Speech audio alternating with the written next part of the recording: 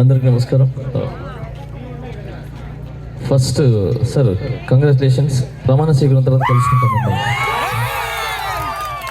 ఎందుకంటే సార్ వచ్చినప్పటి నుంచి చూస్తున్నాను వాళ్ళ కళ్ళల్లో ఆనందం కానీ వాళ్ళ గొంతులో ఒక నిజాయితీ. ఖచ్చితంగా సార్ మీరు గెలుస్తున్నారు సార్, మిమ్మల్ని గెలిపిస్తున్నారు, అసెంబ్లీకి పంపిస్తున్నారు. మీరు మాకు మాట ఇవ్వండి, కనుబాబు చేయలేని అన్ని నేను చేసి పెడతామని చెప్పి మాట ఇవ్వండి. ఏదైతే సమస్యలు ఉన్నాయో ఈ సమస్యలన్నీ తీర్చాలి సార్. వాళ్ళ తరపున నేను అడుగుతున్నాను సార్ మిమ్మల్ని. మీరు ఖచ్చితంగా మాట ఇచ్చి వాళ్ళ సమస్యలన్నీ తీర్చండి. నేను వాళ్ళ ఇంట్లో ఒక కుటుంబ సభ్యుల్లాగా మాట్లాడుతున్నాను. ఎందుకంటే నేను అక్కడి నుంచి వచ్చాను, పూర్గిడిసిలో నుంచి వచ్చాను కాబట్టి నాకు ఆ బాధలు తెలుసు, అవన్నీ తెలుసు నాకు.